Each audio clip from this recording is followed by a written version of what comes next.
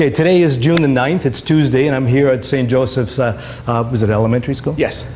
In Hamilton, Ontario. And Mr. Mielko, by his invitation, I'm presenting Career Day to the grade 8ers. There's 4 groups of grade 8 students, and I'm looking forward to this. Absolutely. I want to thank you. Thank you for inviting me. Appreciate it. Thank you for coming. This is great. Talking to the kids, we won't get into any specific details of your profession, but we would like to welcome Mr. Desmatsic. Thank you, Mr. Mielko. Thank you. That's great. Okay. Mr. Mielko, thank you for asking me to do this to the class. I hope you don't live to regret it. I was going to bring my ukulele and sing "You Don't Need No Education," you know, with the Pink Floyd, but I think I scared Mr. Mielko. Photography. The meaning of photography. One more guess, and then I'll tell you. Okay, it means writing with light. Writing with light. Photography. The word graphy, you know, it's graphic writing, right? So one of the things we're doing today, and that's Aki Desmatsic. That would be Nick's cousin. Is my nephew. So we have a little team in our house. So my wife Winnie is a producer. Nick helps out. He does special effects, makeup. Everybody's involved in what we do. We make films. We make TV commercials. We do stuff. I'm not here today to convince you to become a photographer. I'm here today to inspire you to do what it is you like to do the thing that you enjoy, something that you have a passion for. Because I'm doing that. I'm doing exactly what I have a passion for. I'm in the place that I want to be. There's not one day that goes by that I wish I was doing something different. In fact, my lawyer friend wants to trade places with me for a week to be able to dress as I want to be able to show up and talk to my clients any way I want to. The truth is, if you do what you enjoy and you're convinced that the things you do are the right things, nothing can ever break down that wall of confidence. So I'm only here today because I used to do all these presentations for Career Day, and I enjoyed it, and I still do. Because if I can help inspire maybe one or two of you, I think I've accomplished really good success. And I say, this is my life. By the way, I just put this together last night. So my theory is not like, you know, from years of contemplating. Anyway, this is my life, and it consists of 10 pages. So each 10 years really represent a chapter. So the level you're at now, you're somewhere between, I would call page 1 and 2, where you're here because you have to be here. I don't think any of you want to go to school because you decided that I'm going to go to school. That's my conscious decision. Your parents decide for you, your teachers decide for you. You're here because the system made sure that you're here. You know, it's a controlled environment where you're learning as much as you can. But once you're released into the wild, once you're completed high school or college, you're completely on your own. By that time, I would say you may be in your, you know, page 2, page 3. Then you get married, you get a job, you do whatever, you get a little older, you may get a little sickness, you know, you may change direction, you know, you get to be 50, 60, and who knows if you'll ever make it to, you know, all these chapters. And what it is you'll write about your life, or what it is your children or your relatives or your associates will say about you. Because just think about it. All that social media stuff that exists today that people exchange and communicate with one another may or may not survive the test of time. I would say those that we talk about the most and remember the most, who are long dead, will be artists. Could be a Rembrandt, could be a Picasso, it could be someone who painted something that we still treasure and people are willing to pay millions of dollars for. It could be a musician that wrote some classical pieces. Could be Tchaikovsky, Mozart, Beethoven, someone who's no longer with us, but still influence us. Those people have done something with their talent that still affect us today, after hundreds of years. Now, will you be one of those people? Will you create something that someone down the road, 10, 100 years from now, will say, oh, wow, I remember that. He or she did something amazing to change the world. Steve Jobs or whoever, you know, you may invent something, you may save a life, you may come up with some software, or your career may not even exist. You may design something that becomes a brand new opportunity for other people to follow. You understand what I'm saying? Yeah. That it isn't, you're not restricted, you're not pigeonholed. Just because you're sitting in that row in that seat doesn't mean that's where you'll be the rest of your lives. You can make a decision and you can say, I'm going to change that. Did I do that? Absolutely. Am I here because I want to be here? Yes. Does anybody in the morning tell me to get up and go to work? No. Do I create my own? Absolutely. This book that I brought here today, I put together during 9 years of work. And I traveled to Greece to capture images that is my own book. And I thought, this is one of my legacies. I created something that I can leave behind. It may not be a big project, but at least it's something tangible. You can hold it, look at it, share it, right? It sold 5,000 copies, and by all rights in Canada, anything that sells 5,000 copies is a bestseller. And it sold overseas, it sold on cruise ships and gift stores. It was my book, and I was proud that I created it. This was my last analog project. This is the project that I created before digital technology came in. So all the images in here were done with cameras that had film in them. I got to the point where I was a super geek. I could tell you the exposures without a light meter. So I can walk into a room, and if my light meter broke down, I can tell you exactly what that film had to be exposed to give me the perfect exposure. Because it wasn't like it is today, where you can go into Photoshop and tweak and change and fix things. We couldn't fix things in those days. You know, and I'm only going back 12 years. You know, everything I shot had to be exposed perfectly. And if we went through an airport where the X-ray machines, you know, inspected for any weapons or whatever, and my films were in the bag, they would be fogged, they would change, and I'd be devastated. So I would have to fight. I'd have battles with customs officials to say, can you hand check my luggage? Because I don't trust the X-ray machines. But those days are gone now. Now you can do whatever with digital, which is great. So every one of you, I'm sure, has a smartphone or a way of capturing images. So my career in photography is no longer what it used to be. It was more of an elite. Like, people would pay me big dollars to go and photograph projects, assignments. But nowadays, companies think they can hire their own. And oftentimes they discover it's not as easy as we thought. And I still get called. In Hamilton Burlington, and I'm saying this because it's a fact, I'm the longest surviving commercial photographer. I don't think you'll find someone my age that has lasted, who supported a family, who has a home, and still is very active in the field since 42 years ago when I started. 42 years ago is probably the age of most of your parents, maybe not even, right? So that's a lifetime. So I'm only, you know, in my book, I'm halfway through. Next week I'm flying to Calgary to do a film assignment. On Sunday, we're creating a film called Sheet Meat at the Courtyard Marriott Hotel. We're always creating something. And people are not paying me to do a lot of that stuff, is because I have a passion for what I do. I just have to put all those ideas in some method to share with the world. I used to photograph for Canadian Airlines, International Airline, for Canada 3000, for another airline, I can't think right now. But anyway, they would pay me to fly places. I would go to Paris, I would go to Scotland, I would go to places, Costa Rica, Venezuela, and I'm always with the camera, always recording something. Come on, guys, you gotta admit, that's one heck of a success story. So here's what I'm gonna ask you. How will you know at the end of a period, say 50 years from now, how will you know that you've made the right choices? How will you be able to measure your level of success? Any ideas? Give me one. Could it be how much money you've made? Some people will say that, you know that. Go ahead. Pardon? If you like it, what you're doing? Yeah, you could like what you do, but you may say, oh, I would have liked to do something else instead. Like, it's not specific enough where if you have money, you know that you've made X money or you didn't make it, so you know you either succeeded. You can say by the age of 40, I want to make $1 million. You can set a goal, right? But you can't say, oh, by the age of 40, I want to be happy. Well, you can get stupid drunk and say, I'm happy. But, you know, it's not really a measure that you can compare others. Go ahead. While you're making money, when you can do something that you can enjoy, like at the same time. Okay, that's a good one. Was another one?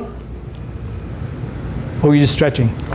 All right, here's my measure of success, because, you know, we only have so much time. To me personally, my measure of success is my independence, is my freedom. Freedom and independence. Can I do what I want to do without someone telling me that I can't do it? Come on, guys, wouldn't you want to have a job where you can just get up in the morning and do what you want to do without someone telling you how to do it, when to do it, how fast to do it? Have I photographed people that were famous? You bet.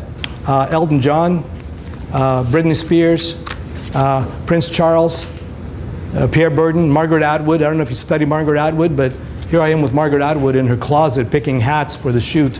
I mean, come on. Doesn't get better than that. Pierre Berton, he was a Canadian icon, in the literary world. And I was in the back, his backyard, sitting in a caboose, eating hot dogs and drinking beer with Pierre Berton. And that's all because of my passport. That camera that I use allows me the privilege to share other people's lives. When I did this book, I was sleeping in boats with fishermen. I get up in the morning at 5, 6 and watch and witness them pulling nets from the ocean and gathering their fish. Or I'd sleep in monasteries where people were just not allowed to experience that, and I would photograph all that. All right, with the exception of Nick, who can guess my age?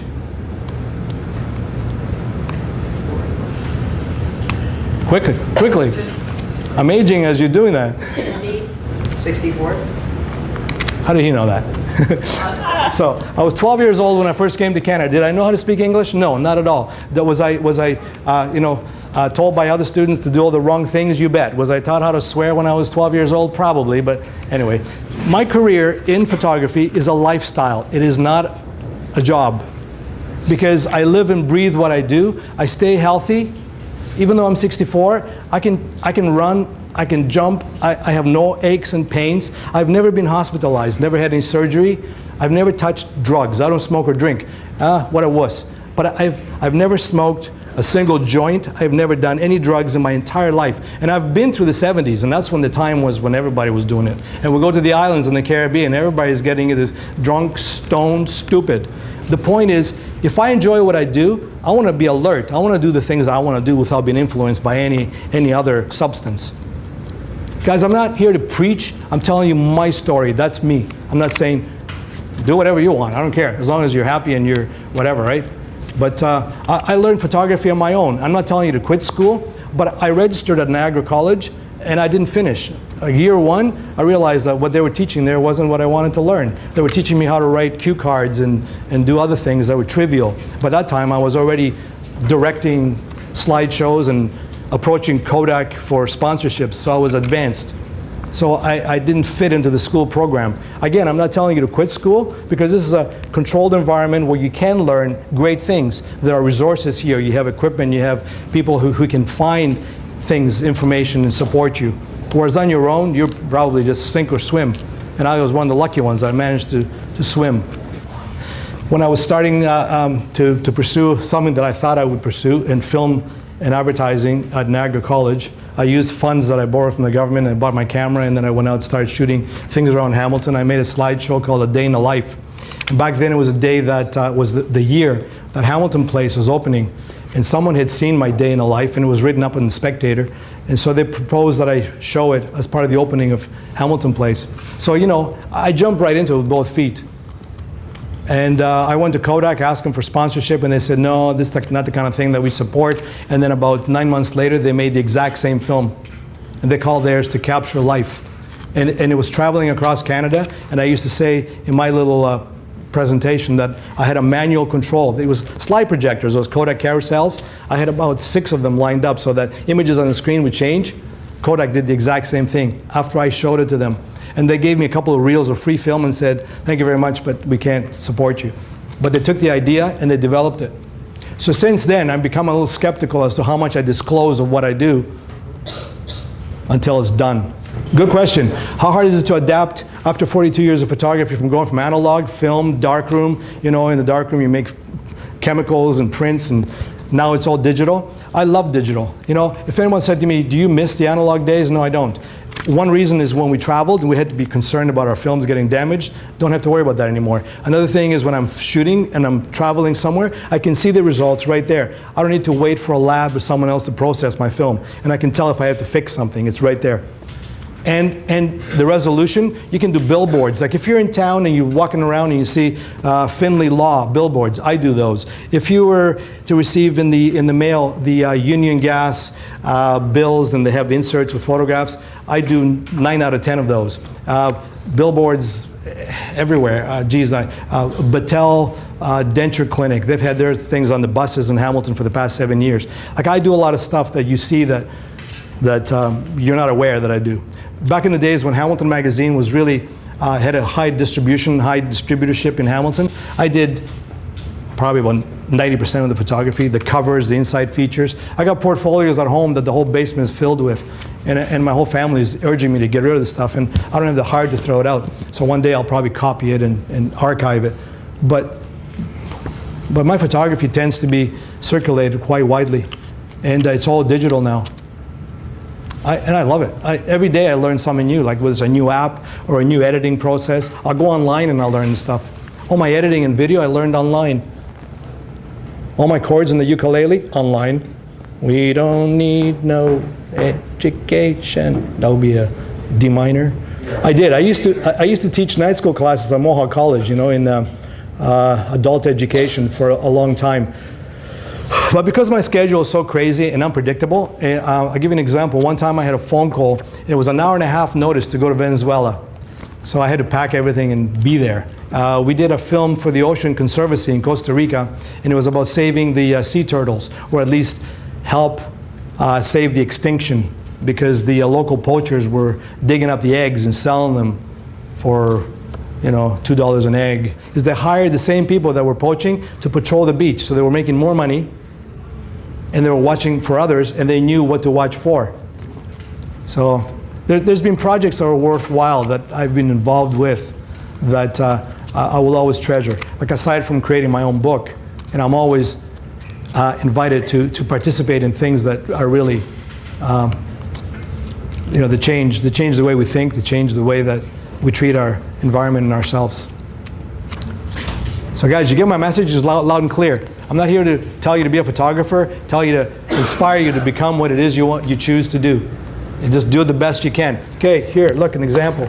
I wake up and I say, well, what am I going to tell the class that's going to be memorable? So I started writing my book, and I said, that's not good enough. So then I sat on the computer and I had to write it properly with the right font. Again, do anything, do it right. You know, there's no halfway. There's no shortcuts. If you're invited to create anything, do anything, write something, put 100% effort into it. You know, you multitask and you got something buzzing in your pocket, someone ringing you, you're likely to take a shortcut and say, hey, that's good enough. It's a bit of a disadvantage because you're always looking to do things the best you can. And I've never golfed. I wouldn't know which end of the golf club to hold. That's because I'm afraid that if I take it up, that I'll want to stick with it and do the best that I can and get the best score, because I guess I'm competitive. And so I choose not to do some things, because unless I can do the best I can, there's no point. Because at the end of my book, I want to be remembered for something that I've done. Even if it's a small thing. In photography, hopefully I'll create enough memorable things that people will remember me in some fond way. Because believe it or not, that life at the end will be like R.I.P. We're all destined to be in the same ground. So think of your life. Don't waste it, guys. I mean, you start thinking back of what you do during the course of the day. I bet you'll discover there's a lot of things you can trim. You can just start focusing and doing other things instead. You'd be surprised what you can accomplish in a short life. So, On behalf of the intermediate students, we'd like to thank you for opening your eyes and. Thank you, Nick. Can I give you a hug? I love you, Nick.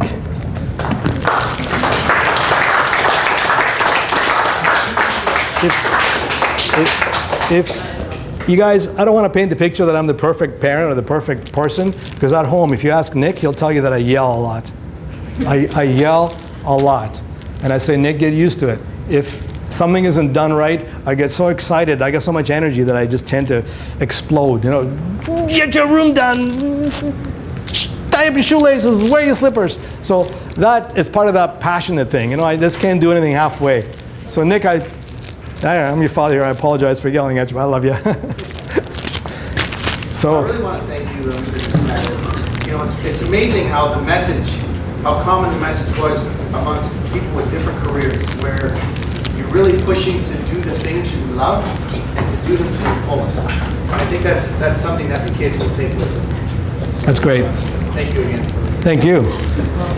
Guys, This is the questions you want to ask. there's some posters here you're welcome to have, anybody that wants them. I want to. I had an exhibit at the Royal Ontario Museum, and that's the poster from that. So, okay. Go ahead and grab one if you want. Oh, sir, that was the